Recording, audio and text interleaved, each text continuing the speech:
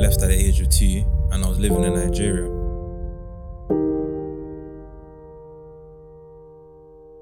See one thing, yeah, I feel like before any banging or anything like that, my stepmom probably taught me no remorse. When this woman was just hitting me, I'm just taking it as like just a bad child. She had the heels in her hands. She turned around and licked me with the heels. My hair just started pouring with blood. I remember looking at her, pure anger, like, thinking, bro, I'll spend the rest of my life in jail, bro. I'm taking everyone out. And, bro, I woke up, didn't know where I was.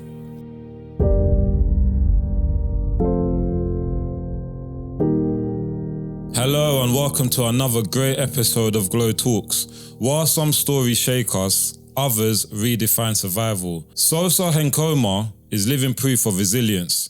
Groomed into a Southeast London gang as a child, he endured unthinkable violence, being shot at, stabbed, and even ironed on the chest. His journey is nothing short of extraordinary.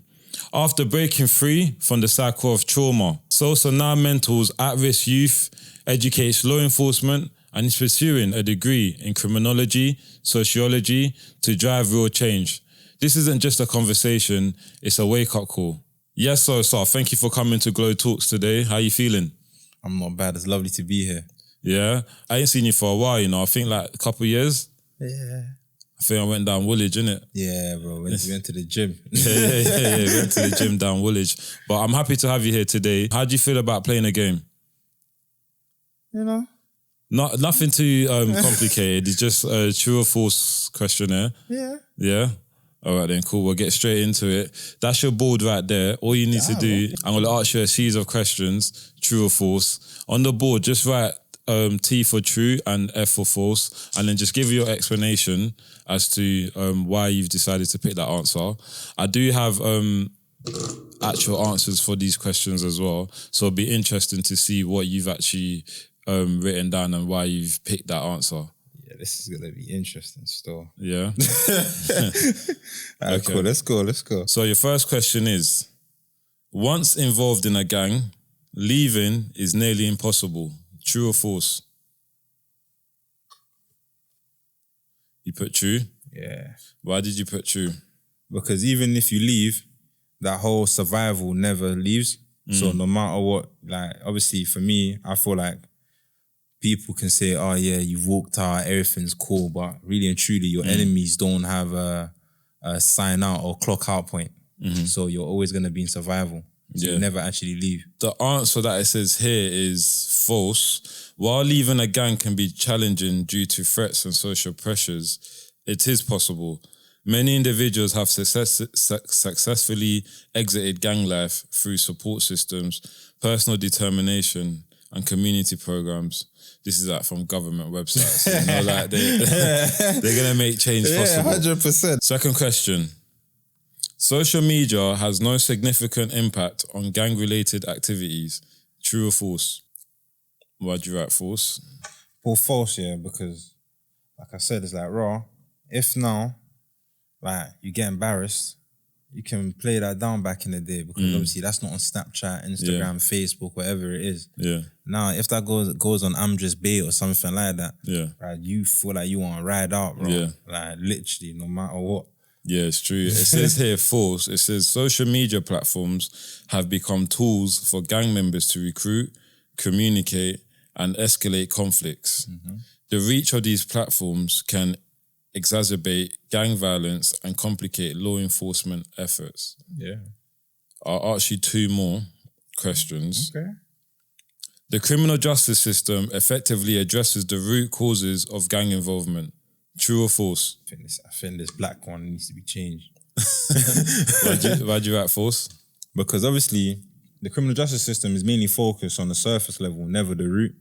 So most of the time, yeah, you might get a little sentence, a little burden, that, or even I got some people doing life and that. But either way, like there's nothing to actually sit down for to create that change or long-lasting change for you not to reoffend, or anything to put in place where you can sit down and say, you know what, when I leave prison, I'm going to be doing this and I'm going to be doing that. I don't really feel like that's actually there. Yeah. It's like they might touch on 2-2 stuff, 2-2 AQAs, NVQs and whatever. Yeah.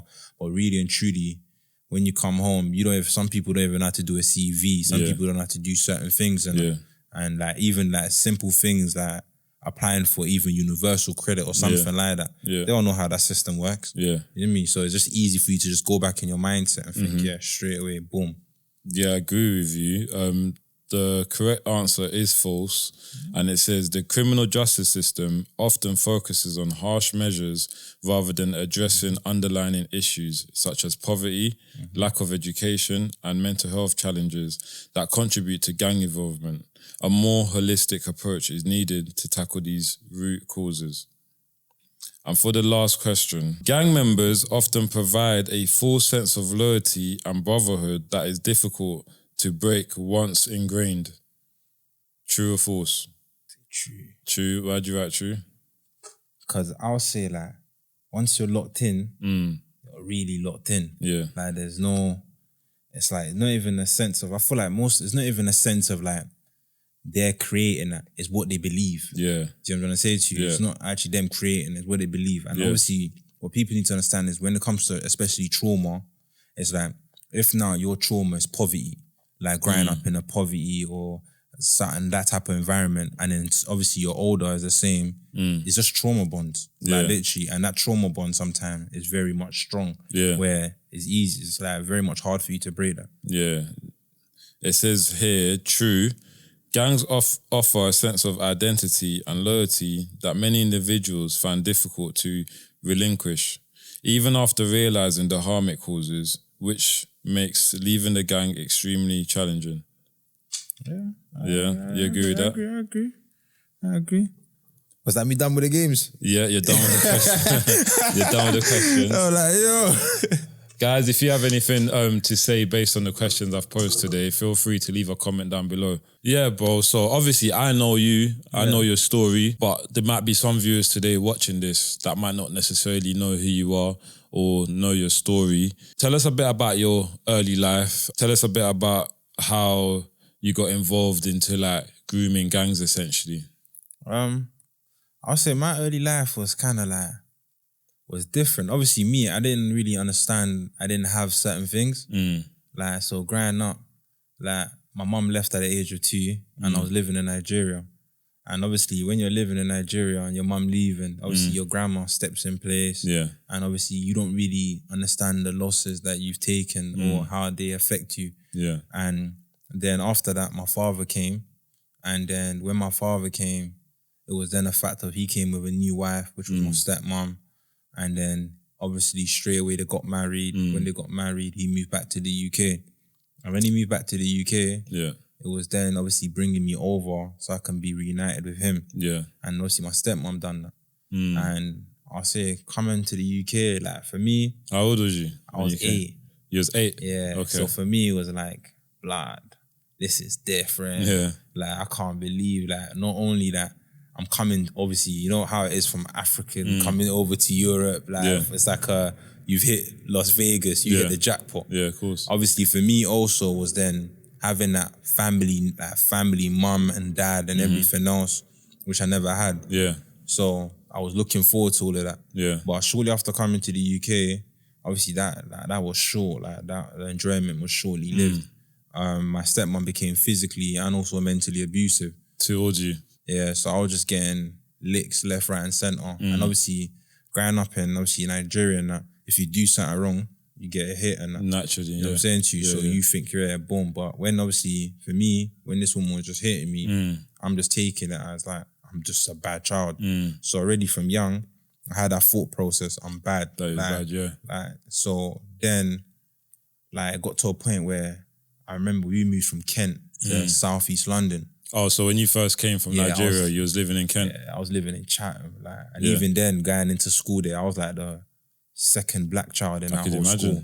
Yeah. So it was like all mad. Like, for me, like, and racism and that. Yeah, bro, they always try to put you next to the black kid thinking that, you know, you two might link up. But me and this guy were like different because he was born here. Yeah. Me, I'm there like, bro, you don't even speak no form of pidgin English, no nothing. Like, bro, what gone for my man? But, it was then like we moved to Southeast London, and when I moved to Southeast London, How old was you at this stage? I was still 8. Oh, you're still 8, it was yeah. quite like Quick the whole thing turnover. was quite like fast. Yeah. I'll say, man, my life was very, very fast. Still. Yeah. So when we moved to Southeast London, I would definitely say like shortly after that, I started going to a new school, and then I met one guy. Yeah. One obviously my age, another child my age. And obviously I don't really talk about my home life. And when I was speaking to this guy about my home life on the walk back home and that, because obviously my stepmom allows me to go to school and come back to school by myself. So walking back home, I'm telling him about my home life. And then he's all telling me, raw, you shouldn't be getting hit. Like, what do you mean? Whole social services and all these things, bro. I'm 8, bro. I don't know who the whole social services is. I don't know what this guy's talking about. 100. But it slightly gave me a sense of embarrassment, like a sense of shame and that. Like, I was thinking, raw, like, what's going on? Like, is there something wrong here? It's not normal, yeah. Like, literally. And then after that, I'll say that, obviously, was coming back from one of my family members' house once. And obviously, you know when your parents tell you, oh, wait till we get home. Yeah. You know it's curtains. You see me waiting till I get home. It went like normal, you know, you get the little licks there, little there. Like me, I know straight, this woman's getting hammed. What did you do wrong? Like, I think it was like I wanted to stay with the family member because I just didn't want to go home. At that point, I'm like, nah, dead this. I don't want to go home. Yeah. And she was like to me, like, we got to go home. And obviously I was a bit, you know, answering back that, wait till we get home. So I was like, okay, cool. Yeah. But on the way home now, we haven't even got to like the block doors because obviously we're living in flats. We haven't even got to the block doors yet. I'm walking behind her, like, because I'm just, you know, just trying to take your time and that. Like, walking behind her. And all of a sudden, she turned, obviously she had her heels in her hands. She turned around and licked me with her heels. And my head just started pouring with blood. And when my head started pouring with blood, that's when I thought to myself, nah, I ain't staying here. Yeah. Like, that was the first thing. It's like, you know when someone hits you and it's like a light bulb goes off in your head? Like, my thought process, I wasn't staying here. Didn't she have like a bit of concern after she saw the blood? Obviously, I know she hit you to inflict pain, but once she saw the blood, weren't she like, oh shit, like I fucked up? See one thing, yeah, I feel like before any banging or anything like that, my stepmom probably taught me no remorse. Like, for her, that there was no form of like, you know, are you okay? Are you alright? Yeah. Nah, it was very much like, she'll lick, man, and like it didn't happen. Yeah. Like, everything's calm, everything's Gucci. Like, even when my dad will come back from work and that, and it's like, and even when my dad was present, everything's calm. Like, no issue, no problem. Like, she's treating me perfect. Yeah. As soon as my dad leaves that house, It's Pete. it's done. Yeah. It's a wrap. So when that's happened, she's got in the lift and she's asked me, Rod, do you want to get in the lift or go up the stairs? Me, I can't up the stairs. I said, yeah, I can't up the stairs. And obviously me being young, I'm flying up the stairs. Yeah. Flying up the stairs, waiting for the lift to come. And I'm just thinking, dead that. I ain't even waiting. I'm thinking, dead God, that. I ain't got time for this. Like, I'm thinking, what? Nah, man. I'm not waiting still. And then obviously, at that time for me was like, see me, I didn't want to leave my dad. Like I didn't really have my dad growing up. Yeah. Now I get to chill with my dad. I don't want to leave my dad, innit? But I just thought, yeah, man, I'm cutting. Yeah. Like, literally, so man just cut. Was your dad aware of like what was happening when he wasn't present in the household? Nah. You see my dad, like, my dad, for him, his wife was calm. Like, he thought his wife was Gucci. Yeah. And you see where it also was too, yeah, was that I feel like I hardly saw my dad. Like, my dad always working, then he'll come back in the night. I used to hear him come back at like 1 o'clock in the night when I'm in bed and that. And I used to hear them have conversations and that. But for me, I never really saw my dad. Like, literally, like, I see my dad's parenting and my parenting are two different things. Like, my dad's parenting was more of a fact of like, as long as you got clothes, you got this, you got that, that's it. You're good, yeah. Me, I'm more of like, especially with my kids now, yeah, I'm more like, I need to spend time with them. I need to do this with them. Like, let's do activities. Let's make memories. All of these type of things. And as much as there's a balance. So my dad didn't really know what was going on. So when I cut out, I'll say that's the first time really and truly, like, it was probably like all a shock to him. So yeah, So when you cut out that same night? I cut that before the lift got to the top? Before that lift got to the top, yeah. Bro, that was gone. So when you was gone, like, where did you go? Like, what was going through your head? So for me... was you still 8? Yeah. As an 8-year-old, what was going through your head? Bro, I was trying to get back to my... like, that family member's house, innit? Yeah. So I was trying to get back to that family member's house. So I got on the bus. And I remember just getting on the bus thinking, raw, like, this is the same bus we just got off. So I've got the bus the other way, thinking, yeah, bro, it's going to take me back to the spot. Exactly where you came from. Yeah. And then I think I must have fell asleep on the bus. And, bro, like, I woke up, didn't know where I was.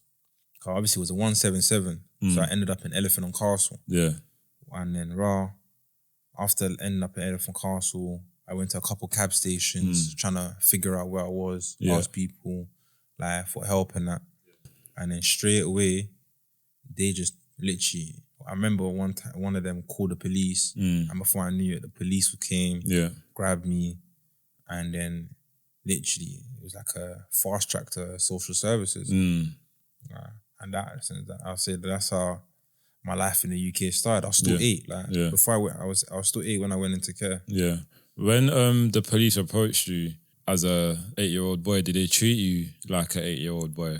Or did they... the reason I ask, because I'm fully aware that police tend to treat black people a lot more older and like you should have more responsibility as a young person. I would definitely say, it was a fact where they didn't really like believe, man. Do you know what I'm saying? Yeah. So it was a fact where like, oh, raw, boom, like he may or may not have been abused. Considering that, bro, like I'm there with blood. Yeah, of course. Dripping down my head. Like that's crazy. Yeah. And they're just, he may not be abused and whatever. So it was very much of like, they just took it as a like, cool, let's just safeguard them, innit? Yeah. So I would say definitely at that moment in time, they focused more on the safeguarding. Yeah. Like literally getting a social worker there. Yeah. And straight away, I was in care. I remember going to respite carer. And even when I went to the respite carer, I was there for a bit before going to my permanent foster placement. Yeah. But yeah, I'll say my permanent foster placement was when I thought, raw, like, because obviously they told me you're going to be in the respite carer for a little bit. Yeah. So I already knew that I wasn't going to be staying there. Yeah. Like, we're just looking for a proper place to take you, Yeah, proper carer to take me. And then when I went to the permanent carer, that's when I say, raw, like, for me, it was like, okay, cool. Like, my life now, it's changed, It's going to be on the up. It's going to be pattern. Did they try to or attempt to make any contact to your parents? Yeah, they tried to speak to my dad and that. And even for my dad, they tried to say to my dad, raw, basically, like, get rid of the wife, he will come back. You know what I'm saying to you? Like, they said that to your dad? Yeah, get rid of the wife, he'll come back. Yeah. And obviously, I don't know, obviously, you're African, I'm African, bro. No African man is leaving their wife, bro. Yeah, trust me. Like, he weren't leaving his wife for nothing. And it was like, very much, I hear it, I understood, I took it in. And me, it was a fact of why that woman is in that house, bro, I ain't coming back. She was never like apologetic about her behaviour or anything? She denied it all. Because obviously, at this time, it's criminal, bro. It's a charge, bro. Yeah, of course. And she's looking at child abuse charges. Yeah. Is it? So at that time, she's denying everything. And obviously, my dad is obviously trying to help her side. So when I'm having like contact visits with my dad and that, my dad, the majority of the time, is telling me, raw, drop the case. Drop the case. Yeah. Like, drop the case. I'll look after you. Yeah. But me, I'm sitting, I'm looking at this guy thinking, bro. You ain't even going to be around. Bro, we ain't doing that still. Yeah. We ain't doing that. So that didn't really happen, like literally. So I didn't really, I'll say like, I saw my dad a few times in the contact center. Yeah. But I didn't really see my dad after, innit? That was like slightly that relationship done. Broken, yeah. So for me, it's like, from already before going into care, man felt abandoned. I had that sense of like people leave.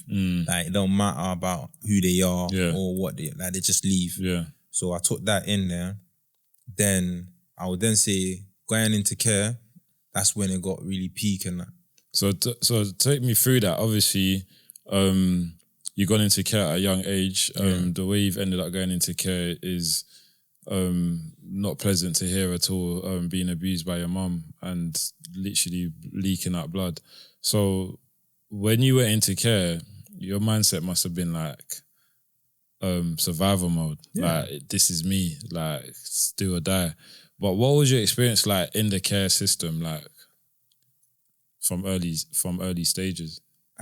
I'll definitely say, like, you don't really understand. I'll say now, looking at my case profiles, I'll say that I see that whole adultifications and everything else, like, like he asks for too much. But at that moment of time, bro, I'm only a little child asking basically to be loved or cared for and all of these type of things. Like I saw a lot of things where now, but back then, I'm young, innit? Like I don't really understand what's happening around me. Like I'm just trying to just understand how life is and understand the new environment I'm in. Very observant, very skeptical of people. Like that's what it was for me. Like I didn't really take people. I'll say that obviously for my foster carer, it was hard for her because obviously she was a new foster carer. And her being a new foster carer, I remember her, like what broke our placement down, that permanent foster carer, was that for her, I was calling her mum at one point. Okay. And she didn't want me to call her mum because obviously one, she had her own child. And two, it was the fact of she didn't want to feel like she was replacing my mum, innit? Or anything like that for man, innit? So when she then told me I couldn't call her mum, I just took her as a write-off. Like, I sat there and thought, bro, I'm done with you. I'm done with you. Like, this is not a fit for me. You lot are not man's people. And it's always going to be like, they're there and I'm here. So I just took it like that.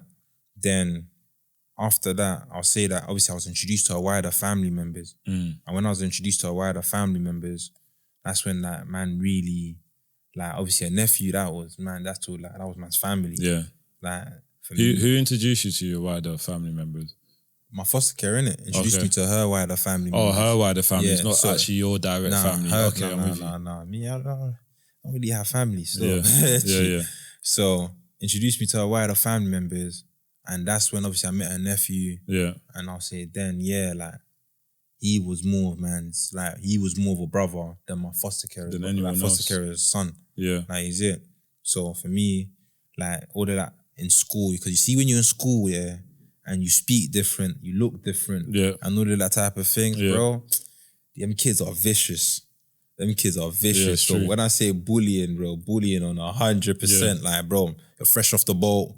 Oh, you're gollywog, you're this, all of these mad things, and I used to be called bare things, and that. Where for me was like, raw, boom. I didn't really feel like I fitted it in school either. But him, he tried to like put man in the tracky drops, kicks, tried to like, ask me, what do I mean by this? Like tried to teach me the language and that. And for me, it was like, he took time. Like people don't understand that there was what built our relationship right there and there. As well, Took time. And because he took time, like for me, it was like out of everyone at that time, he was the only one that gave me attention. Is it? So for me, he was like, man's everything already. Is it? And then all of a sudden, he disappears. And then obviously him disappearing, no one wants to say where he went, what happened to him. Everyone just saying that, just don't talk about him no more. It's not about. Do you know where he went? Obviously he was in jail, innit? Okay. You know me? But at that time, I don't know what jail, I don't know that. So I was there like, he just disappeared, innit? And then after that, I'll say then, that's when like life took a mad turn. Because at this time now, I'm probably like 11. Like year 6. Going into year 7. And then obviously he's just gone. And now I'm trying to, I'll say, understand how to fill that void, innit? What's been going on? And obviously trying to understand how to fill that void, that's when I'll say that boom, I end up being sent to Conch. And the whole thing, like literally of having a shotgun being pointed at me and everything. Before we get into that, so when you was in foster home, was you moving around a lot? Nah, right. My foster placements were mad. So originally, I was obviously with a foster carer.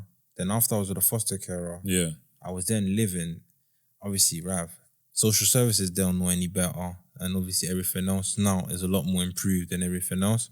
But at one point I was living by myself and I was like 12. Really? Yeah. What, in a 1-bedroom house?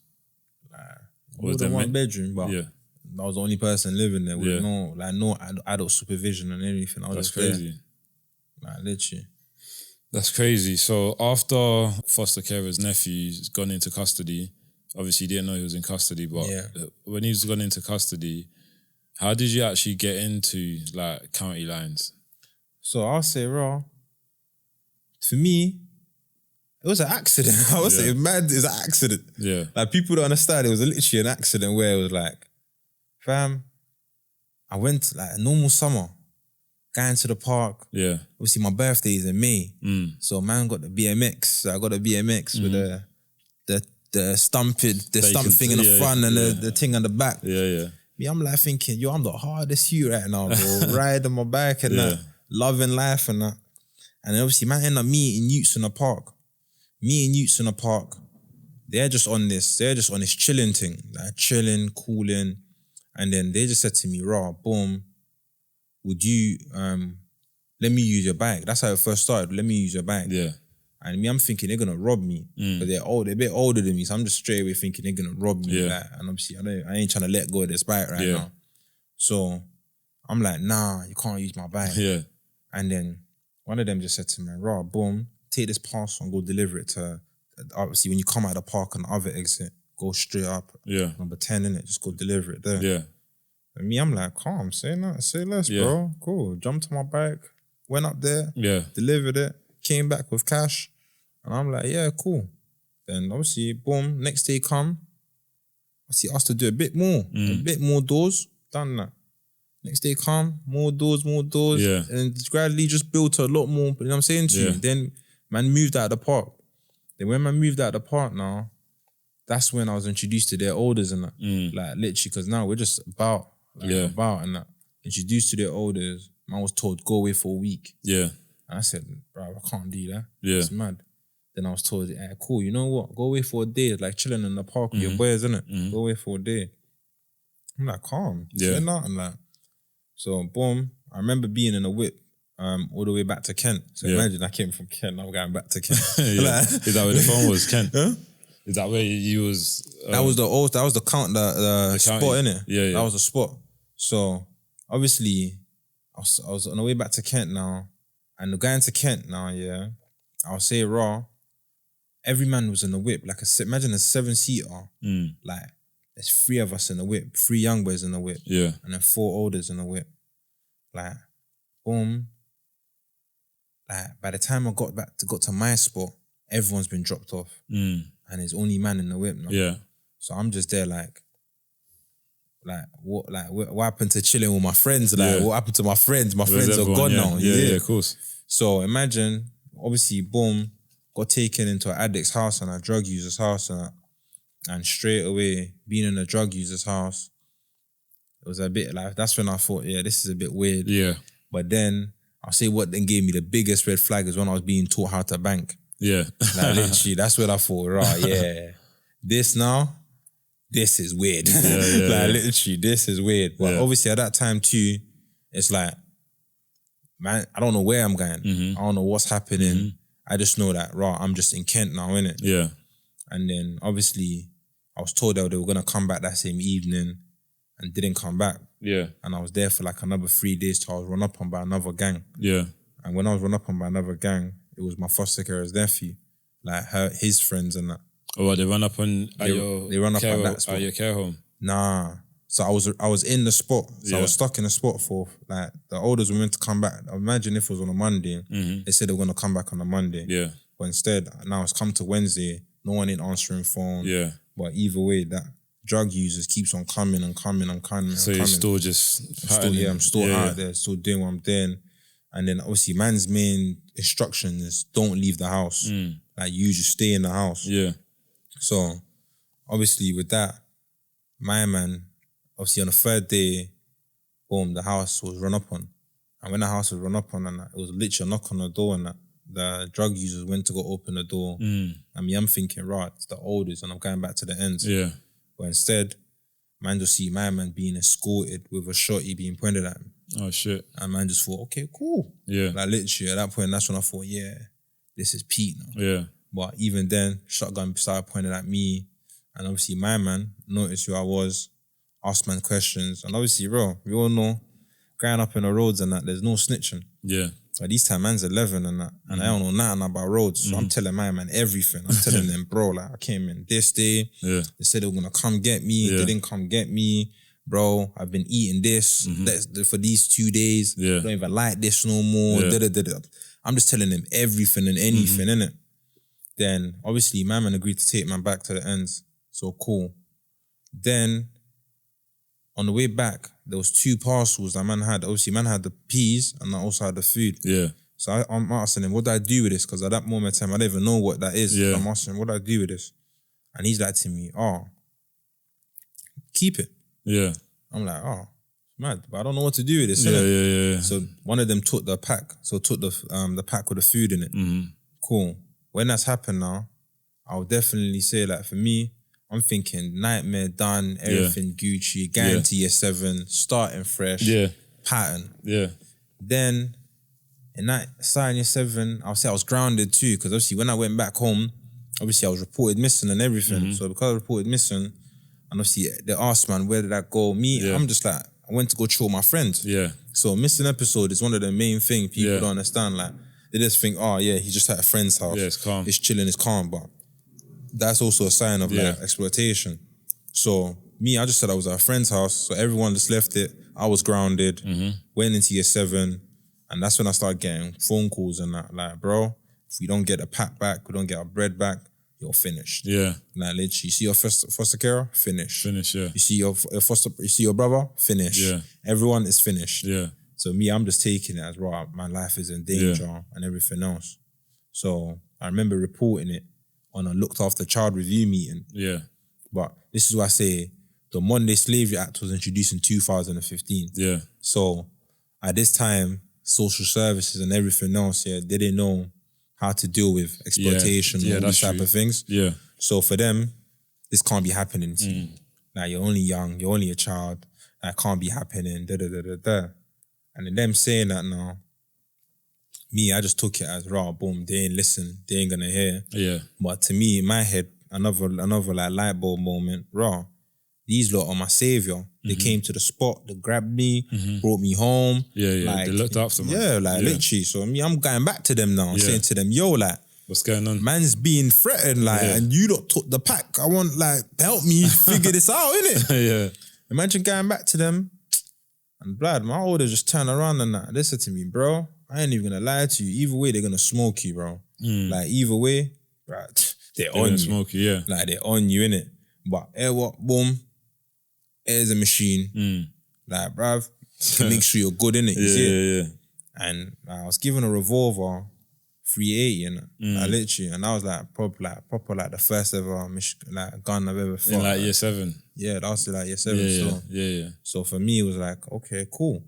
Like, it's like that. But then shortly after that, I was taught how to strip firearms.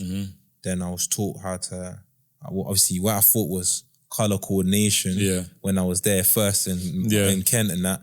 I was taught that obviously light is not what I thought it was, dark is not what I thought it was, it's all drugs. Yeah. Like, so I'm there like, damn, like literally. And then obviously I was thought, right, this is money, like you can make money, all of this. Then you can get your tracksuit, you can get this, you can get that. So me, I'm just thinking, right, like these people they're proper teaching me, like they're proper taking time to educate, man, showing me mad love and that, proper appreciative. Yeah. And all man had to do was go to like certain spots and that and bring back machines. I'm like, I'm calm with that. Yeah. Like literally, like they love me, I love them. Like literally. So you started importing in firearms? That's it. From other countries? Nah. We're talking from different hood. Like we're going to Liverpool, we're going Newcastle, we're going everywhere. Okay. And I'm just literally the guy that just sits in the car and brings it back. Yeah.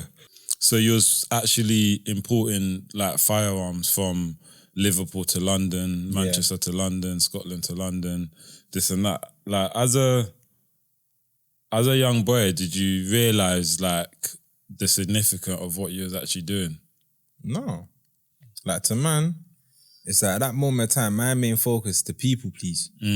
Like literally, it's like right now, my elders are the only ones that ever showed man some sort of love since I've been in this country and left my family. Yeah. So to me, they were family. Yeah. So all of these things that man's doing, man's not actually understanding that, raw, like, this is peak right now. Yeah. I'll say later on, man understood like, yeah, this is peak.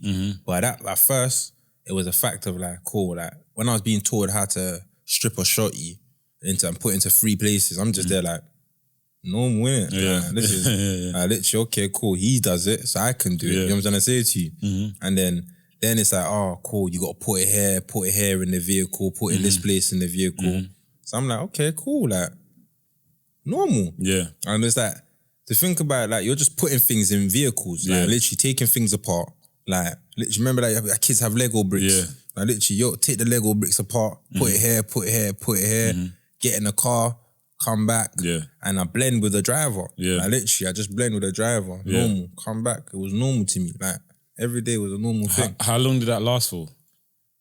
I was doing that for years. Like, and then I'll say, like, when I was 13, that's when I first ever like saw my first, prison sentence. When I like, not prison sentence, but getting remanded and that. Yeah. But before that, like, I would say that when I was 12, so before then, I'm like the machine holder. You know what I'm saying to you? So I hold machines. I was taught how to bark it, how to do everything and that. Yeah. But I was mainly the machine holder, you know. You hold the machine for the guys. Yeah. When an older needs it, I might be the one to run around. Yo, bring that up. Jump in the cab, bring it to this place, whatever. Or just be there with the machine. Yeah. That's what I was. But then when I was 12, I was given my own machine. I was given a shotgun and I was also given a vest. Yeah. And I was just told, yeah, boom, like, now you got your own thing. Certified. It's now you, innit? You see it? How did you feel in that moment?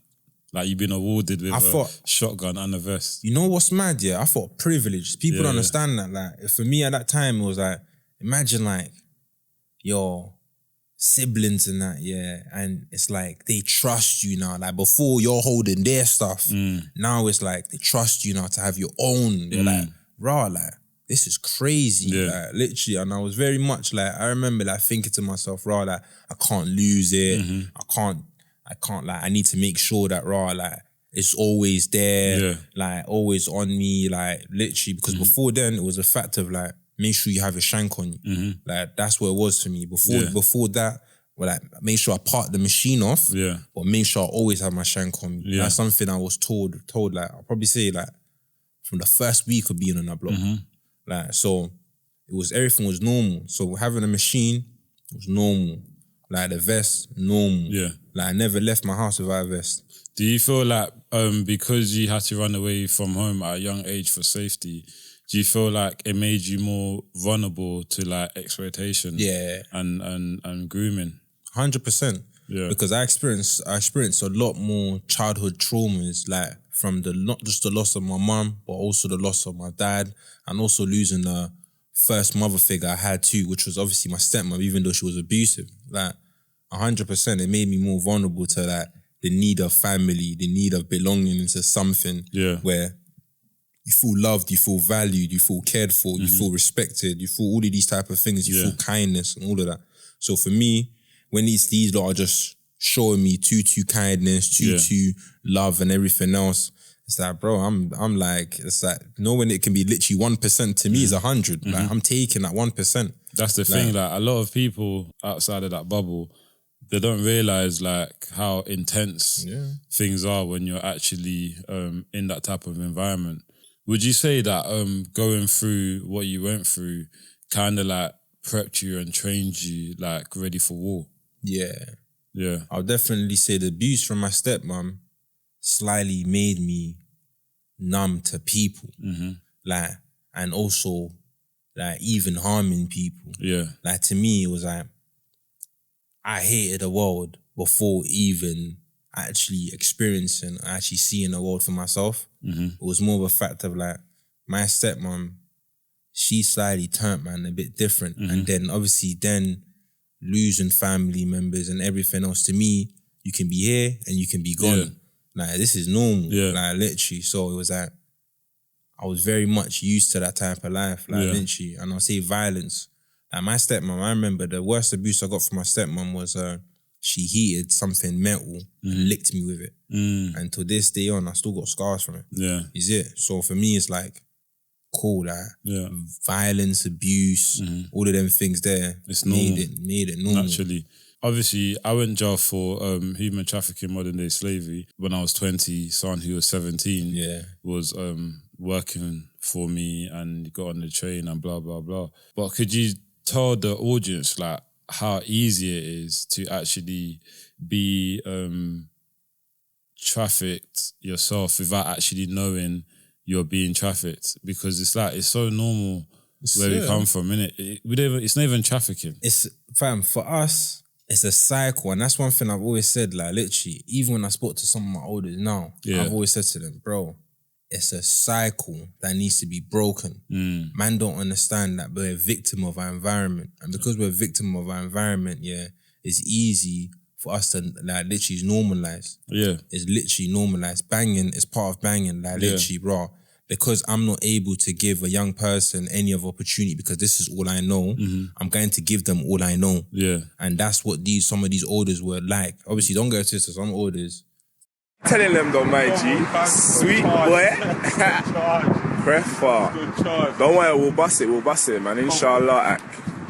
Evil, I don't care. Literally. But I feel like it was just more of a fact of like, fam, you want to make bread. I don't know any other way to teach you how to make bread than what I know. So this is how innit? Like literally, fam. Either way, we're making bread together, we're a team, and that's where it is. So it's very much easy to fall into that mindset because it's like, bruv, like, it's normal for us. Like literally, banging, this is all part of banging, like everything else. So for me, growing up, like, I would even say for me, that victim/perpetrator, like that line, man's crossed that. Like literally, I crossed that a lot as a child because it was like, I didn't understand that this isn't normal. Because in my mindset, bro, I've grown up and this has been normal my whole life. Till like, I remember like when I was at 13 and they're telling me, oh, you're dangerous, you're violent. And I'm thinking, what? No, I'm not. Like, bro, like, I've had guns since 11. Like, what are you talking about? I'm dangerous and violent. Since I've been in this country, that's what I've known. Like, what are you talking about? But apparently I was dangerous and violent. And even them labels play on you. Yeah, exactly. Like, literally, because it's like, how you look at it is like, right, if the world already perceives me like this, I might as well be it. Yeah. Because there's no other way I'm going to change people's perspective or change people's mind, because every single time they see me, that's all they're going to see. Yeah, that's all they're going to think. Like, I think for like societies, I think they don't like to accept the fact that this country is already like broken down or breaking. Do you know what I mean? So what they tend to do is like, if you're 15, you get caught with drugs, we're going to arrest you for drug dealing and get you done for it. Do you know what I mean? If we can find someone that you was working for, we're going to say you're a victim and say that.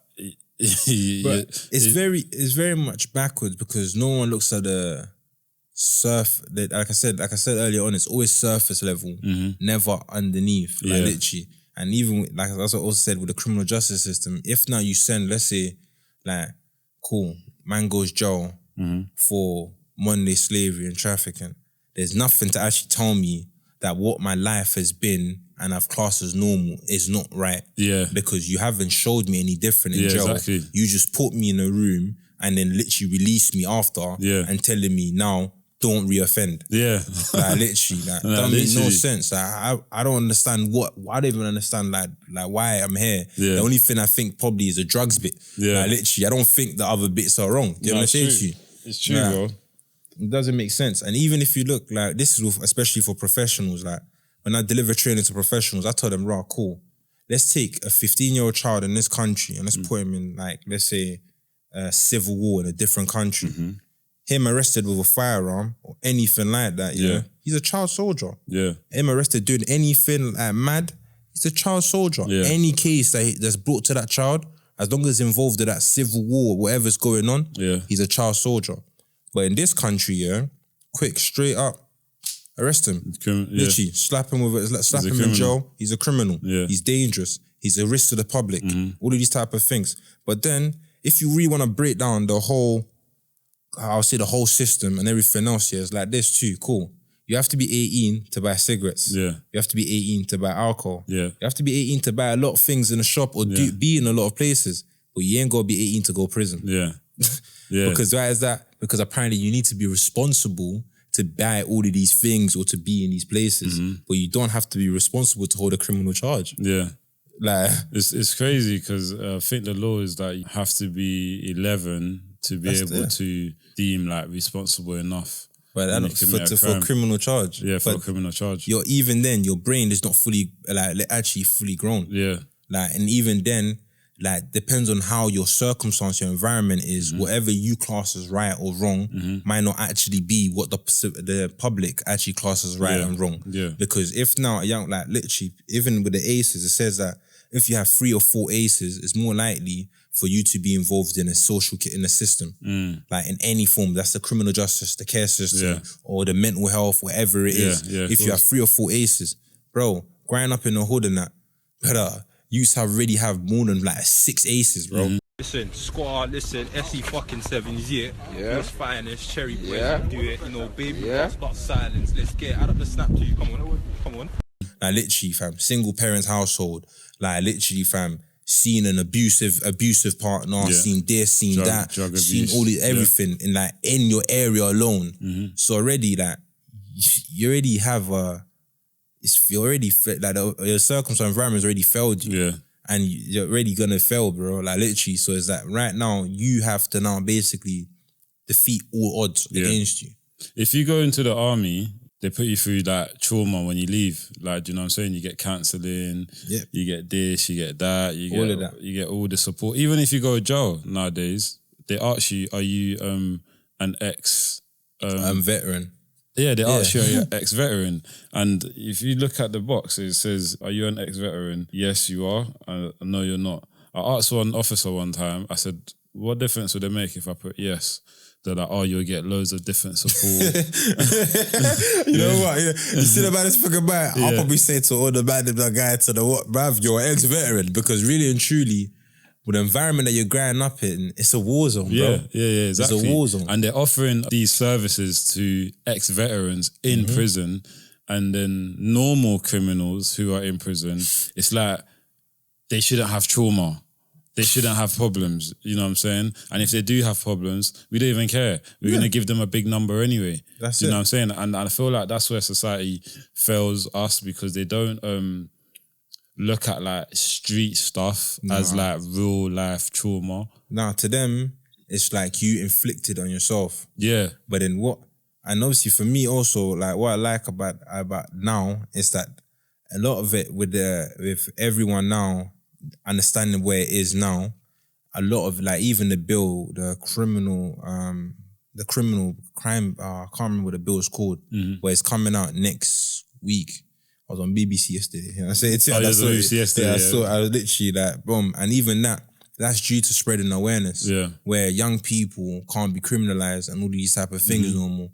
But even for the other side now, is as much as that bill's already went through, it's like, bruv, you're forgetting about the other side where you lot now want to criminalize obviously the perpetrators and everything else. That's how they call it, and that's what they see it. Yeah. Alright, cool. If you want to criminalize the perpetrator and everything else, what do you have in place to help them perpetrators? Exactly. And that was my whole thing as well when I got convicted for modern day slavery, because my thing was like, okay, cool.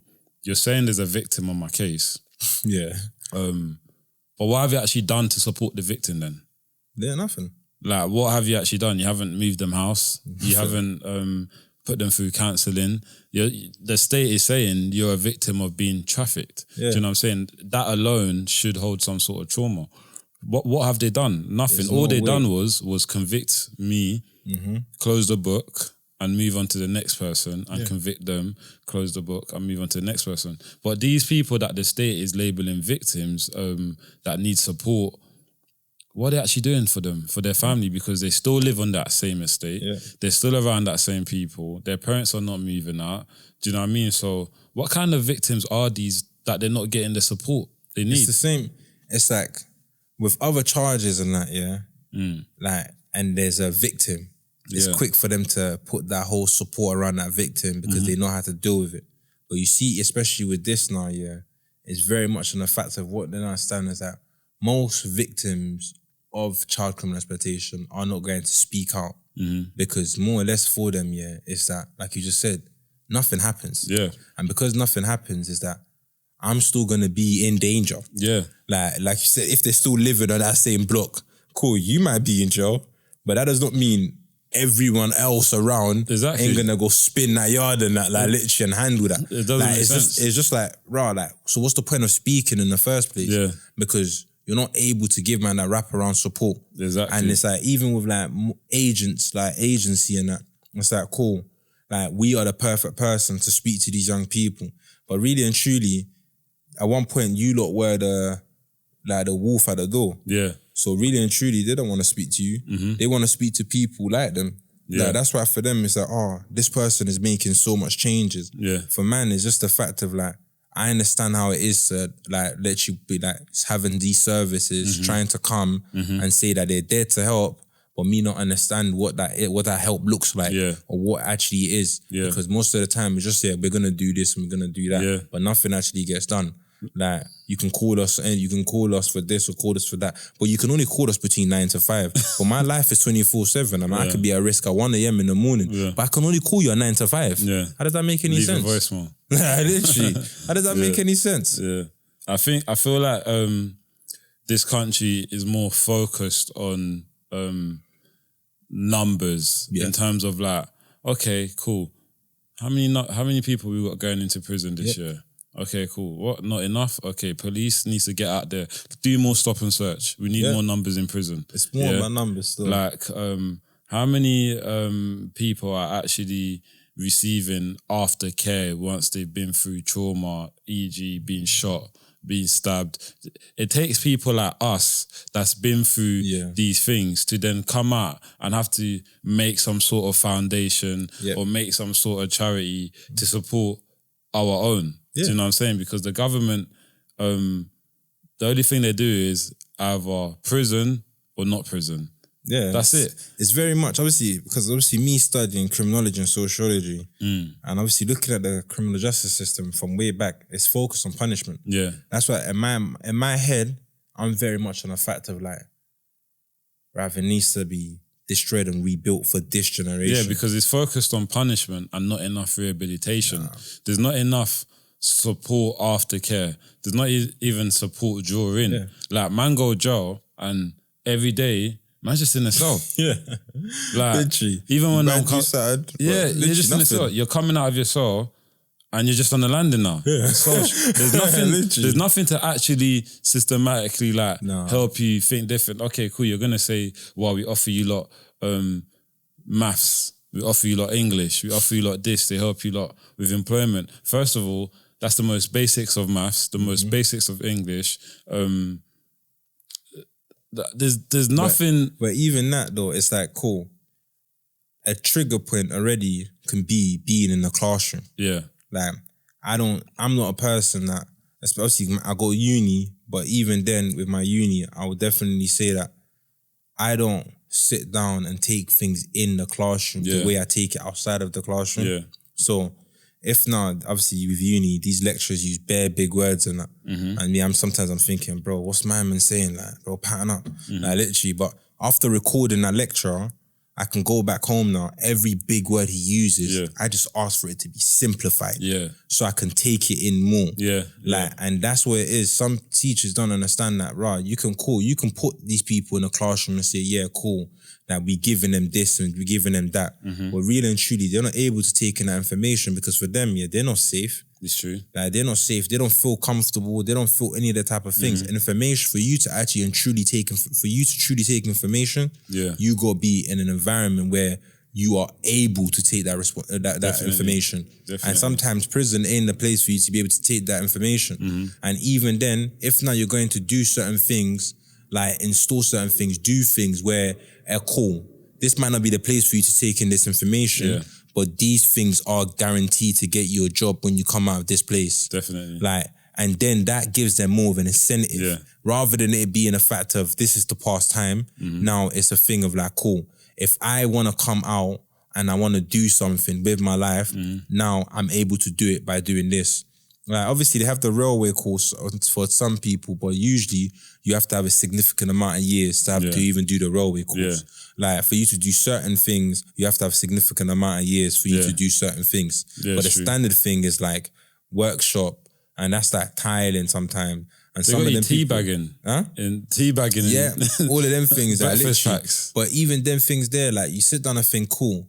As a prison alone, yeah, you would pay them the dead change, bro. That's even exploitation itself. 100. Like literally. So if you look at, if you're able to create a certain wage for someone within prison and have them working, and then when they come out of prison, that's a skill. You're able to give them reference that this is what they were doing, this is how good they were, and they're able to take that on into the legitimate world and pattern up.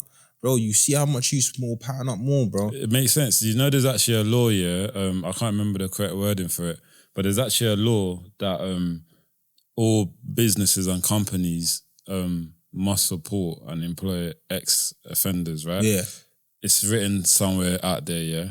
But that's not what happens. Nah, bro. You come out of jail, the minute you say you've got criminal convictions, what you've been through, this and that, they close the door on you. Do you know what I'm saying? So now what they're doing is essentially breaking the law. But for not employing you is actually breaking the law. But because it's a business and they're obviously paying tax and everything else and all these type of things. No one's gonna look into it. No one cares. No one cares. Do you know what I'm saying? They don't care. Like, you made a good point there. Like you said, if prisoners were actually getting paid wages for their work, then they can get they can have the chance to actually save money. During that time in their prison, they can actually start focusing with the support that prison is meant to give you anyway, and the people that are meant to come and visit you and talk to you and that, they can actually help you start saving, start looking at businesses, start doing this. But instead, I mean, they're doing this in other countries, by the way. You go to other countries, they're getting paid decent wages. Yeah, bro. They're going out to do actually real work. I think it's Norway. Is it Norway? Might be Norway, Sweden. Or Sweden. They've got a banging that. Their cell is like an apartment. Their cell is like an apartment. And that actually focuses on rehabilitation. And what they say in this country is, oh no, we focus on rehabilitation as well. You don't, because you go into prison. What do they pay us in jail, bro? Bro, I'm talking like less than £1 something. It's ridiculous. It's like £1.70 or something. Literally. Do you know what I'm saying? For you to get a good paid job in prison, you have to be working in the kitchens. Yeah. Or you got to be a blue band or red band. That's paying £35 a week. Yeah. £35 a week. You're laughing. Bro, come on, bro. It's peak. Because you see now, like, when I understand all the wages stuff and that, and I sit on a thing, bro, like, fam, minimum wage in this country is like £11 something.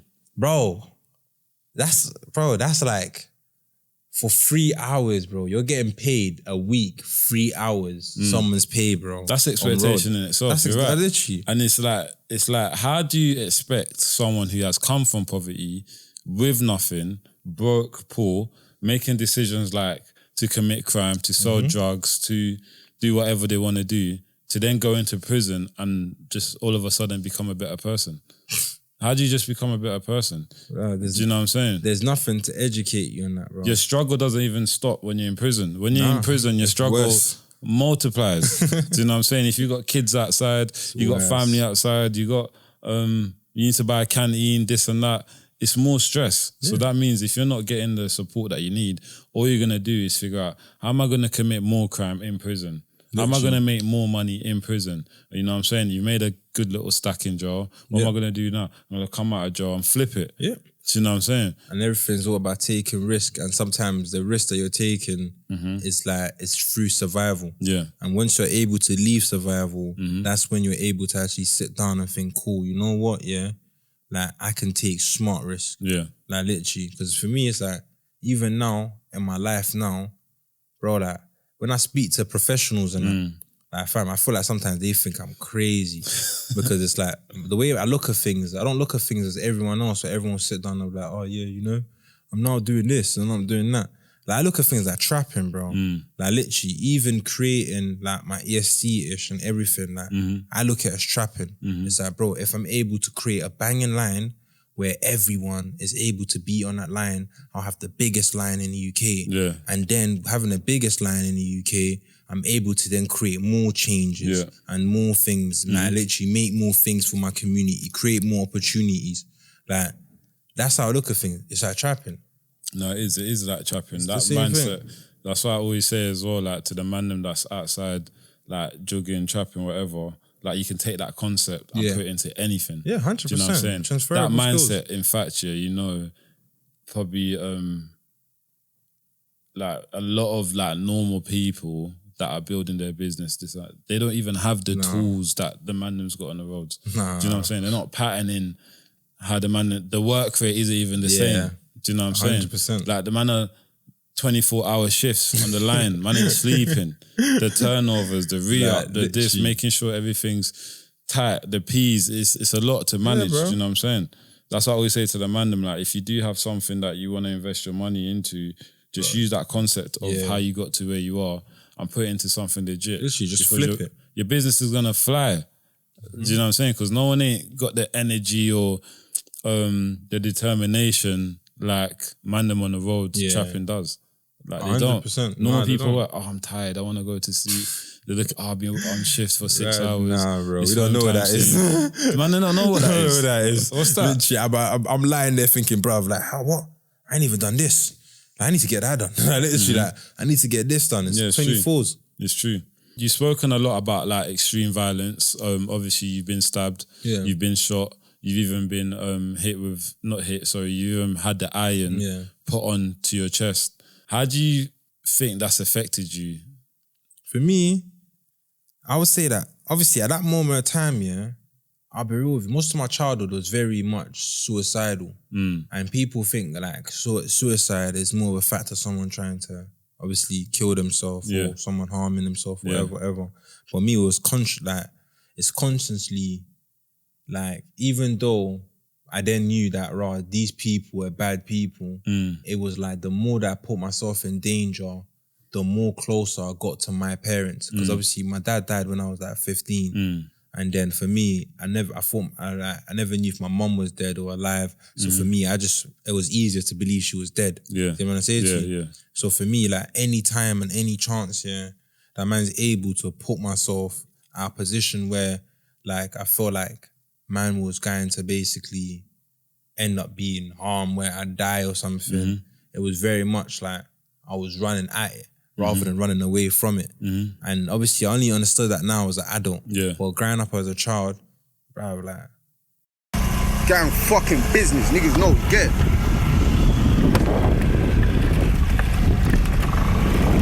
So man never get it. Bro, getting stabbed, getting shot was normal. Like literally, like, cool, you know what, bro? I just took a ying, brother. Now, like the main focus is get back. Like literally, that's it. When I got shot, get back. Even when I got ironed, bro, my orders wrap man up. Like literally, man talking, there was no hospital visit. It was wrap man up in bandage. Like literally, what, bro? Here's more bandage. Put that in your backpack, bro. And when I literally change it every single day, that is it. Bro, I was sent back to the same spot. Back on again. And that's literally it. Like literally, for me, normal. You just get used to it. Like literally, but also for man, it was also more deeper than that, where I just constantly kept on putting myself in positions where, like, for everyone, it was dangerous, and that's why people thought, this youth's crazy, this youth's tapped, whatever. But for me, bro, like, I was just literally on the fact of like, the quicker I leave this world, the quicker I'm gonna be with my parents. Like, did you ever think you'll make it out of? Nah, man. Yeah. Nah, bro. I was one of them mutes that I would have told you. If you asked me this when I was banging it, I would have said to you, bro, the man's locked in for life. What are you talking about, 100. bro? Like, literally, fam, there ain't no signing. I can't sign out. Like, literally, fam, no one's gonna let me sign out, bro. Like, literally, fam, I've done too much to sign out. You feel me? Like, that was my mindset. Like, literally. So it's always been like that. What were some of the most dangerous or traumatic times that you've experienced whilst you was on the roads? You know what, I'll say the most traumatic time was missing the birth of my daughter. Like, for me, as a father, so obviously I was there for my oldest daughter. Okay. How many kids do you have in total? Obviously, my little man is adopted. My oldest daughter and my youngest daughter. You know what I'm saying? So I got 3. But it was like, I was there for my first, obviously my oldest daughter. I was there. Then my second daughter, I wasn't there, I was in jail.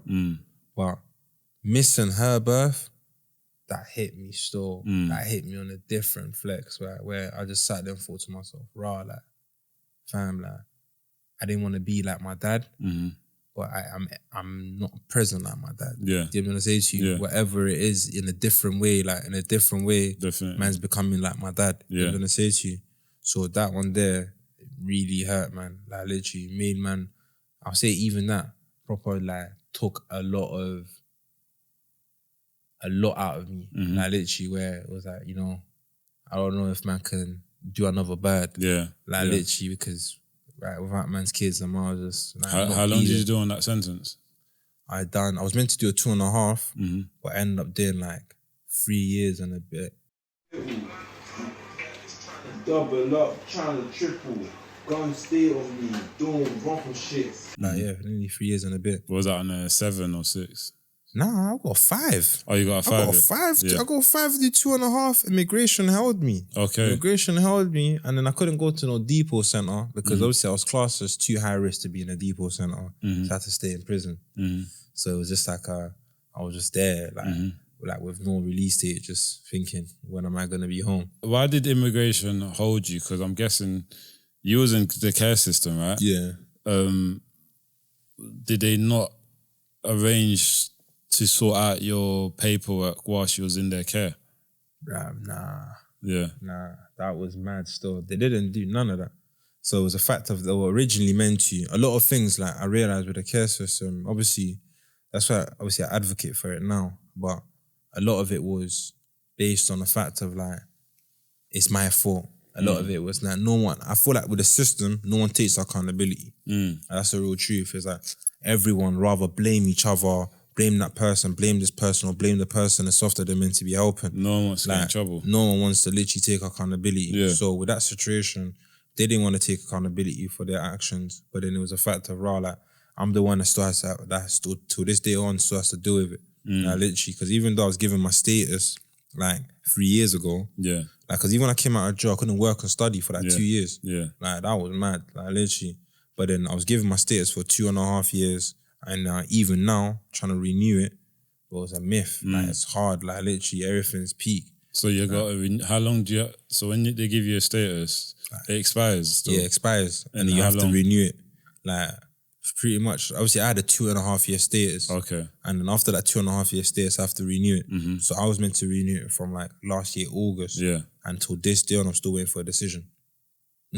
But they already gave it to you, and now you're still waiting for another decision. Yeah, that's crazy. It's like they recognize everything that's going on. They know who you are, but it's like they don't want to give you the golden ticket. Nah, bro. They want to keep you on like some sort of leash. Yeah.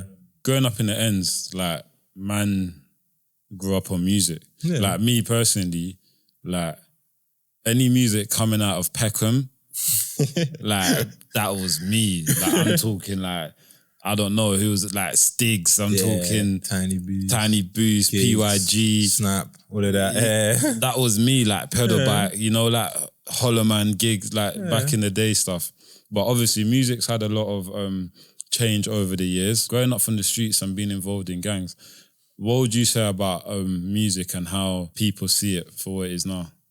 But like you just said, the people that you're listening to growing up, they were speaking about their reality growing up in a circumstance and environment that you was currently growing up in. Yeah, so I relate to that music. You relate to the music. Yeah. And straight away, once you listen to the music, you might not relate to every single thing they're saying in that music, but certain majority of it you're going to relate to. And that's what I feel like, especially when people speak about drill music now.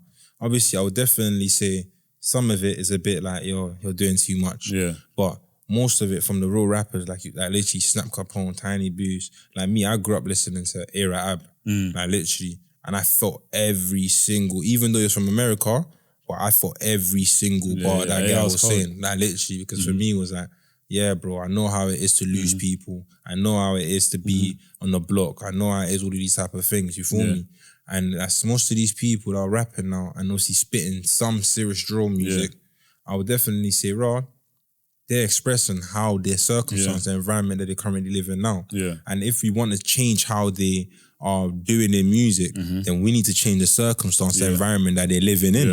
Like literally, then they can start rapping about bloody flowers and whatever, bro. Skateboarding. But do you understand what I say to you? But till then, bro, like right now, they're still living in an environment where they feel like they're in survival. And they're expressing that, saying that, bro, if I don't rip my man's chest out, my chest is gonna get ripped out. But they might say it in a different type of way. But at the end of the day, that is the life and the circumstance that they're currently in. Is literally do or die. Do you feel like times are changing now, like in terms of like expressing how you feel and expressing what's going on in your environment could now or is now getting people in prison for their lyrics? 100%. Obviously, like us growing up, I would definitely say it was a fact of raw, boom, cool. Back then, a man wouldn't sit down and do a booting and rap about the booting word for word. You wouldn't really see that. Do you know what I'm saying? You won't really see that. You might hear a man say like, yeah, boom, I've been over there, slap it off like a baby. You know what I'm saying to you? Like, you might hear them two things and that. But nah, these youths, bro, they're moving mad. Like I always say, they're moving mad. But I hear it because I know that that's the circumstance, the environment. They're just telling the truth. They're literally just expressing themselves, and that's where it is. But it's a fact of like, bro, they're on tunes. They'll do the drill last night and they'll release the tune tomorrow, talking about the drill that they done last night. And I'm just there like, bro. It's Pete. Brother, I don't the know road's what still locked off. Literally, I don't know what you're on, The bro. road's still But, locked off. but bro, like, fam, like, and you're wondering why you're getting bagged, like, because, bro, you just spoke. You just said, bro. I think it's coming from, it's not real unless you take a picture. Yeah, it's not real. That's a quote. That's It's a not- good. it's a quote, innit? Yeah, no one believes you unless you take a picture. Yeah, no one Like, believes you and literally. take a picture. That's so the I think realest that stuff. as society is growing and social media is growing and people are wanting to be more relevant on the net and this and that, I feel like now it's more like, even if man does do a drilling, it's like, it's not going to be real until man actually claims it or raps about it. So everyone knows that it was me. But you see, back then, it's like, that's what I said to you. I grew up in a world where, bro, I don't care if someone took my drill. Yeah. I don't care if they took their drill, bro, because the whole point about it, was that it was all for the family, it was all for the team, it was all for the set, you see it? So if someone took man's point and that, bro, the point still got caught. Like, that's how I looked at it. Like, growing up, like, literally. But now it's more of a fact of, like, I need to be the main person. I need to be the first. Like, I need to... It's all, like, now where it's, like, they want to be heard, but sometimes it's more of a fact of, like, you want to be heard too much. Where in that process is getting you in positions where, bro, like, you shouldn't be in. You can be very smart in the way you tell and talk about your environment. You can be very, very smart. And some rappers, I'm not going to lie to you, they're brilliant at it. Yeah. Like, literally really brilliant at it. Like, look at Pot of Paper.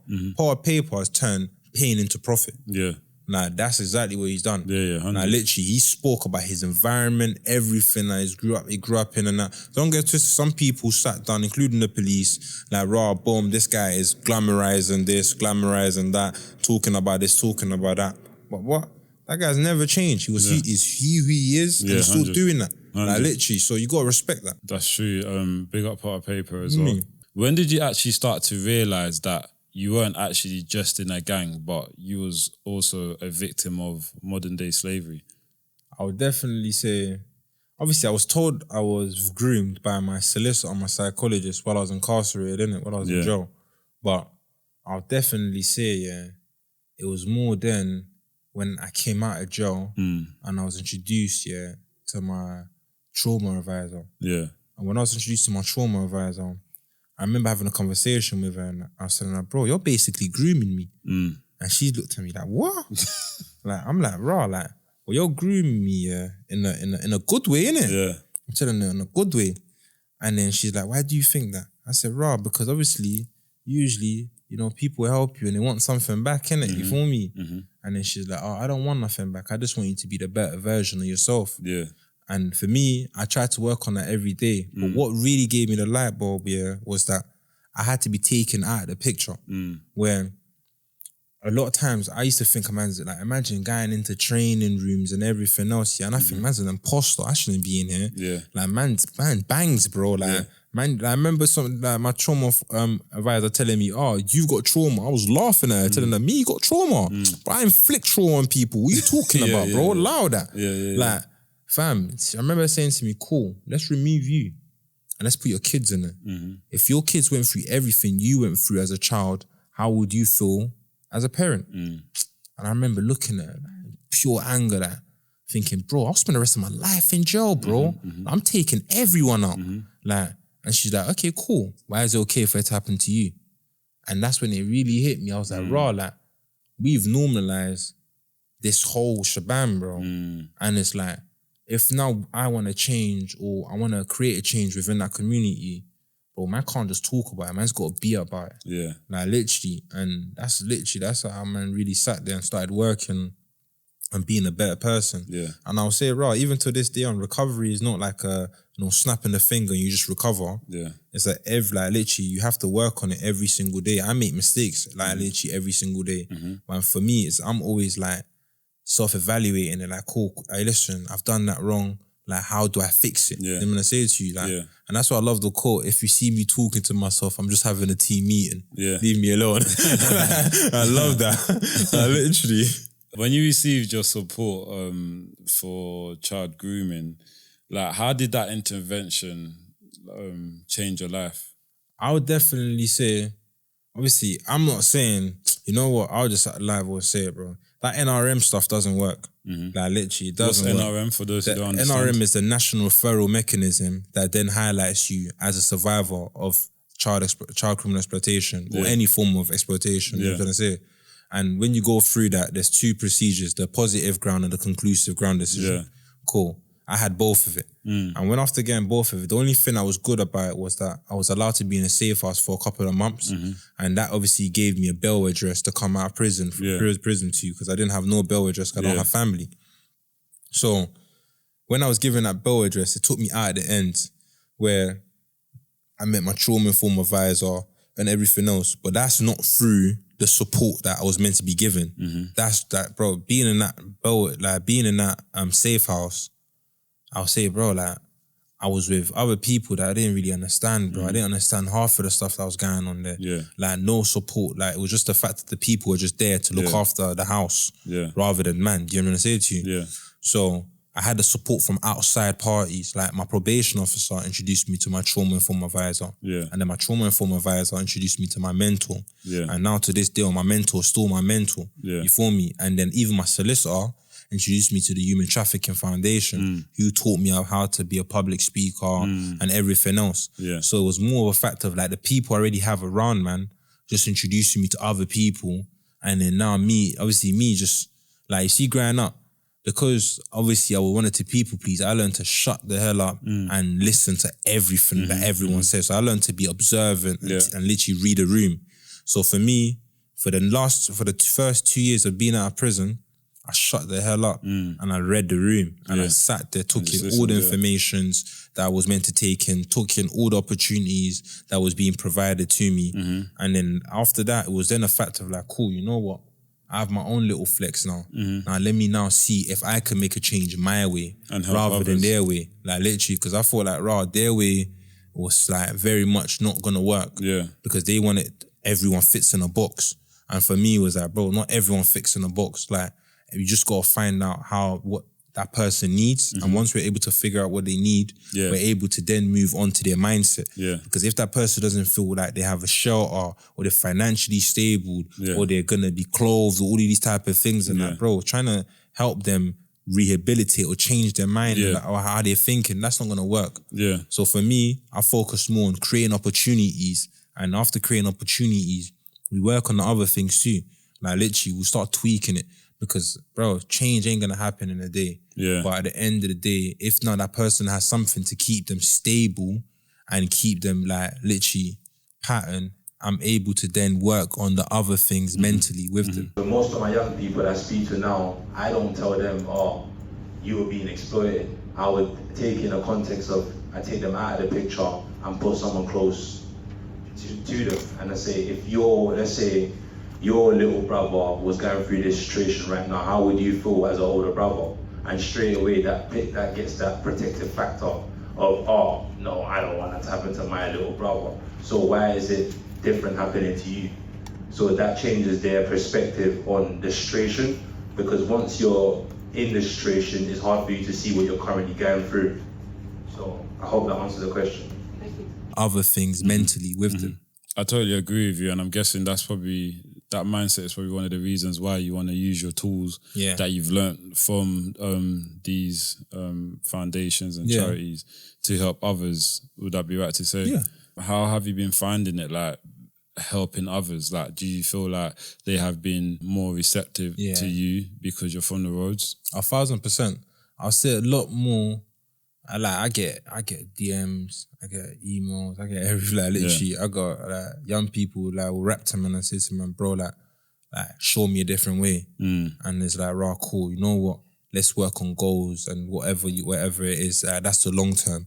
After I work on the long term with them, I sit down and say, okay, cool. We'll see. Let's work on now. Why did you just ask me about the long term? But that's what we're working towards. But right now, bro, there's no way if you don't work on now, you ain't getting there. Literally.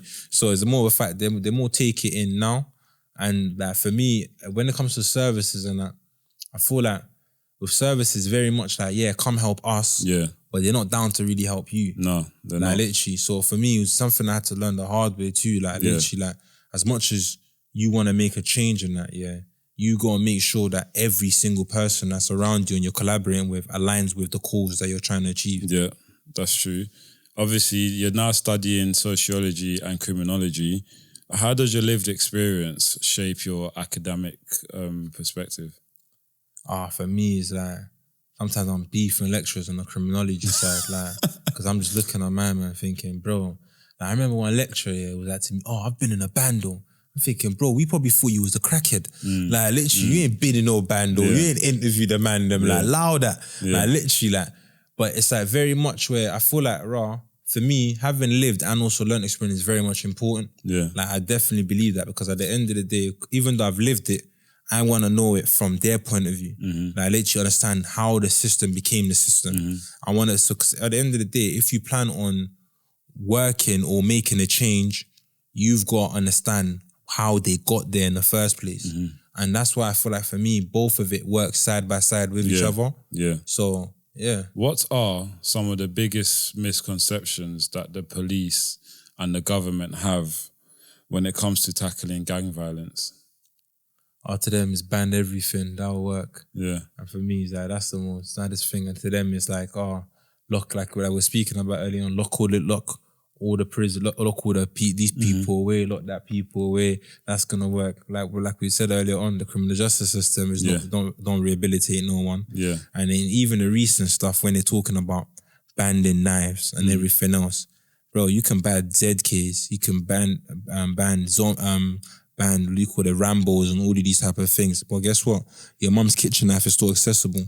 Like literally, doesn't change nothing. Yeah. So it's a fact of at the end of the day, they are very much focused on everything is very surface. Never looking at the root. Yeah. Is never looking at the root. So do you believe that the system is not doing enough for young people that are trapped in these cycles? Nah.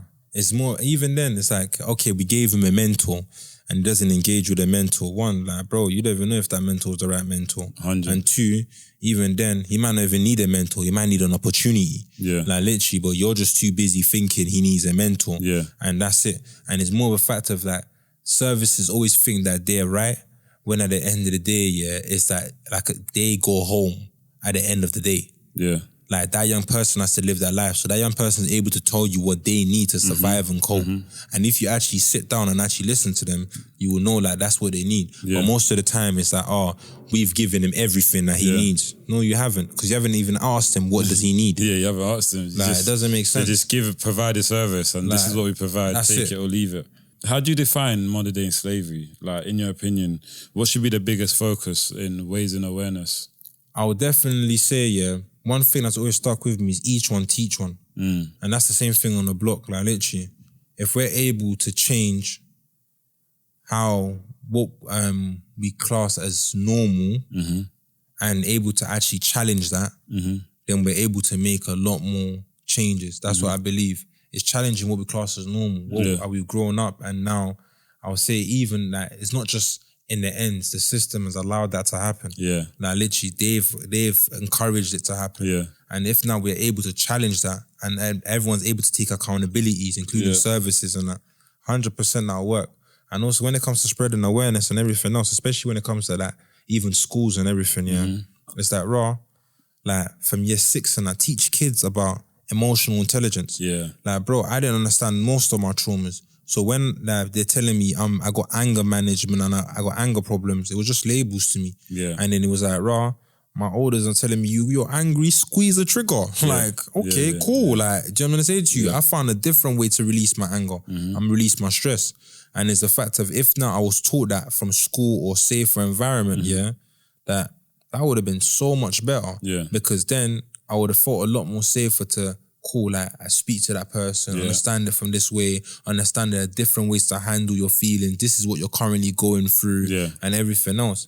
But that's not taught in schools. In fact, they'll teach you about bloody, what do you call it? Henry VIII. Yeah, bro, Henry VIII or like bloody square root of da-da-da-da-da. Bro, I don't use that right now, bro. Yeah. Like literally, I need to know how to cope in life now. But instead, you want to teach me about the square root of bloody 6. I feel like education is not updated with the modern times. I feel like education is still stuck back in the day, in the medieval days. And 100%. do you know what I mean? Let's talk about beheading. Let's talk about all these things. The history. The history, this and that. Do you know what I mean? It doesn't even Thingy the Conqueror or whatever his name is. Do you know what I mean? It doesn't make sense. It doesn't fit in. And I feel like education should be based on the environment that's around. Do you know what I mean? If schools are in the hood, and that people from the hood are going to these schools, they should be teaching what these kids know. Literally. Do you know what I'm saying? How to survive. They're teaching kids the same things that they're teaching kids in, I don't know, Kent or deep in Essex or deep in Surrey. Like, we're all getting taught the same things, but we're because it's easier for them to send that over to that, say that that's just for key stage 1, that's just for key stage 2, that's just for key stage 3. It's easier for them to do that. It's not targeted. It's not tailored for that, like actual that environment or that circumstance that them pupils may be in. What would you say or advise to like parents who do have young teenagers, boys or girls right now, and they don't really know what's going on with them? Their child may be getting groomed. They might be getting exploited. They don't really know though. They're just seeing behavior change in their child. What advice can you give parents to support their children without pushing them away? I would just definitely say, don't judge. Don't make them feel guilty. Don't shame them. Actually create that safe space for them to come to you and speak to you about what's currently happening so you're able to help them. Yeah. Because I feel like with a lot of parents here, because they don't understand what's going on, it's easy for them to like literally either you're fantasizing. It's not happening, not my son, not my child. Or easy for them to like, you're bad, you're this, you're that. If you don't stop your behavior, we're going to kick you out of the house. We're going to do this, we're going to do that. Yeah. Like, I'll say literally create that safe space for them to when they come home, they're able to sit down and speak to you and tell you, this is what's currently going on. And you're able to be the best person to advise them on how to deal with things out there. We listen, we don't judge. I love that one. Till the judge comes. until the judge comes, for real. No, it's been lovely like speaking to you, bro. Like you coming down. Still. I've been seeing a lot of your work that you're doing.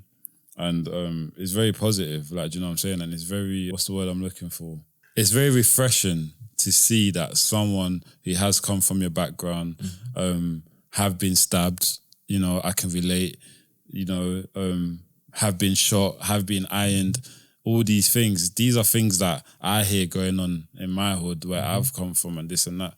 And it's good to see that you've actually come out on the other side of it and you're using all your experience and all your tools to be able to support the next generation. Because like I said earlier, like the government's not going to do it. Do you know what I mean? It's going to take people like yourselves to go through all these traumatic things, unfortunately, to then come out the other side and then tell other people don't do it. Do you know what I'm saying? The government can do it because they've got the statistics. They know how much people they've got everything are going through, whatnot. But yeah, I guess it comes down to funding. After everything you've been through, how do you personally heal and move forward? take every day as it comes. Yeah. Like 100%. Like, a lot of times, everyone thinks that, oh, you know what, boom, like, you know, you're done, it's over and everything. It's like every single day, bro, I have to make sure that man's safe. Like, bro, my ops don't care, bro, that I've changed my life around, bro. For them, all they remember is what was done to them. Yeah, literally. So for me, every single time, I have to make sure that at all times, man's safe. Not just myself, my family safe. Then on top of that, I have to then obviously, even every decision that I make, I have to check, is that the old me or is that the new version of man? Like, I have to, like, that's what I'm saying, is that there's a lot that happens in man's headspace. Just even to make one decision. Sometimes people think that, oh yeah, you just made a decision like that. Bro, I thought 1,000 things before I even opened my mouth. Like, literally. Yeah, definitely. So it's take every day as it comes. And it's like, raw, change is possible. It's like, bro, it's like you go to gym, bro. I'm trying to say to you, the first time you go to the gym, it hurts, bro.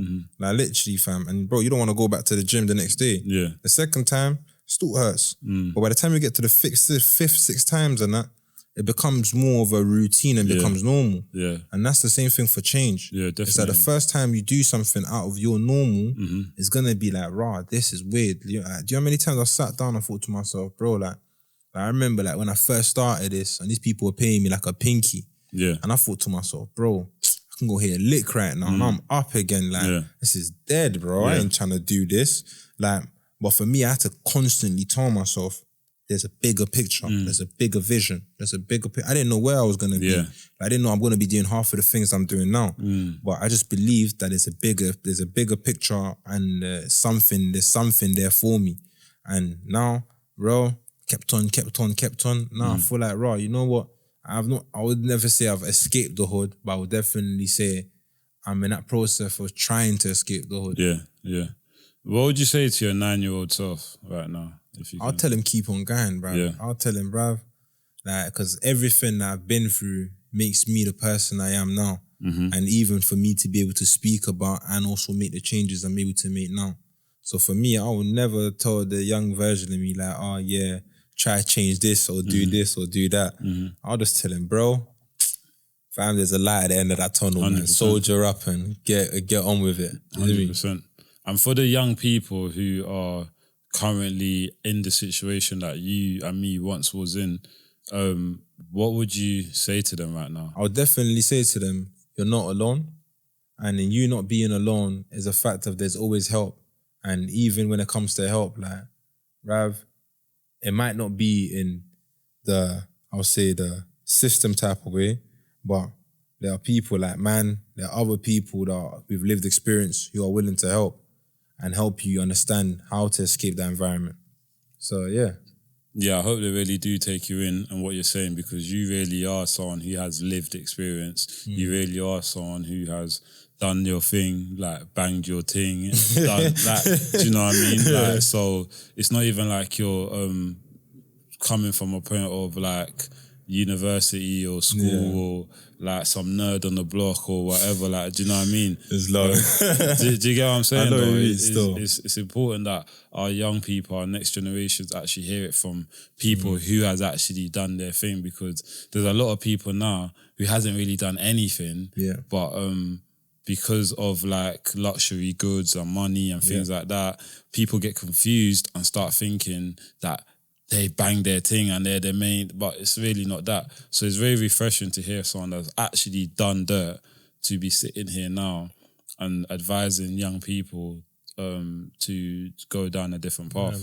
Yeah, and I appreciate you for coming down for that. Love for having me. One more question. Where do you see yourself in 5 or 10 years, or more fact, where do you see the business that you're growing? Where would you like it to be? Me personally, I want to be the guy that offers opportunities to anyone who wants to make a change.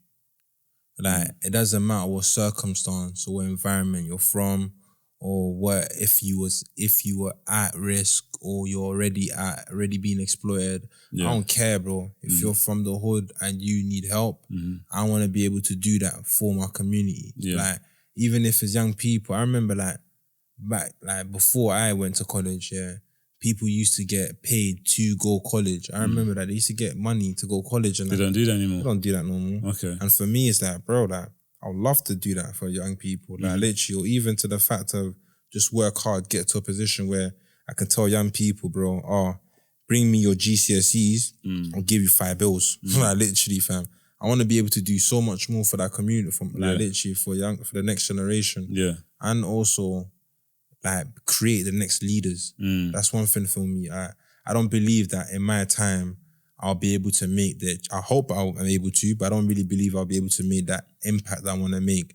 But as long as I'm able to start it and get that ball rolling, that's my main thing. You love the saying, everybody stands together. With that message, how would you like young people to perceive that message? For me, it's a fact of like, me by myself, I can't make the impact that I want to make. Yeah. But with a whole team, right, we are a force. Yeah. We are a force, like literally, fam. It's that whole thing of protesting. Me, I'm not on this protesting thing. I'm on this like, let's infiltrate. Literally, bro. Like, brother, let's have one person be a solicitor, one person be a judge, one person be a politician, one person be in this place and that place and that place. And before you know it, as long as we all stand together, have the same vision and have the same mission, we're able to make change together. Like, literally. And that's how I always look at it, is that obviously first EST came from obviously the rapper ESTG, and then it was like everybody shines together. And I thought, that is true. Everybody does shine together, but that's if everybody stands together. If everybody stands together, we're able to shine together. 100. So therefore, we need to work on the standing together first. And that's very important as well, like coming from the road mindset, because everybody wants to shine together. Do you know what I'm saying? I want to step out there with my brethren. We all got new whips. Everyone's got kettles on. You know what I'm saying? Drip. We pull up somewhere, we're all pulling up nice. Everyone's Do you know what I'm tightened. saying? But we can't get there if we're not standing together, because what happens is everyone separates. It's a Now team. everyone's doing their own thing. This and that. At the end of the day, it's life, innit? As well also. But the mindset of everyone standing together is definitely a good one to have. Yeah, because everyone plays, it's like even in a team, everyone plays their position. It doesn't mean everyone must do the exact same thing. It just means like, boom, play your position so we're able to get the win. Yeah. That's where it is. Like literally. Sosa, I want to thank you for coming down today. It's been a pleasure, and I hope that people actually watch this episode and taking what you're saying and also do research on who you are, because I know you've done a lot of other TV interviews. You've done the BBC. Do you know what I mean? What other TV channels have you done? Just to name a few. I've done like Lad Bible. I've done the ITV. I've been on a lot of TV stuff still. That's what I'm saying. So people, please check out his stuff. Where can they find you? At Sosa, SOSA_EST. And that's on all media platforms. Yeah, man. Sosa EST, man. Yeah. Even if they type my name on the internet, bro, they'll find me. Like literally, I've done like articles and everything. They'll find me, man. Yeah, bro. Thank you for coming down. It's been a pleasure. Love for having me, man. You know me. Right, guys. In this episode of GloTalks, we've delved deep into Sosa's experiences, shedding light on the harsh realities of gang exploitation and the redemptive power of personal evolution. Sosa's voice, courage, and relentless commitment to protect the next generation echo far beyond his personal story. However, our conversation doesn't end here. Gang exploitation, modern-day slavery, and youth grooming persist in our communities. It's imperative for educators, law enforcement, and society at large to recognize the signs, challenge systematic issues, and strive for meaningful change. Thank you, Sosa, for your unwavering courage and dedication to protecting future generations. This has been GloTalks, a platform committed to amplifying stories that matter. Train the body, train the mind. I want to give a huge shout out to my supporters.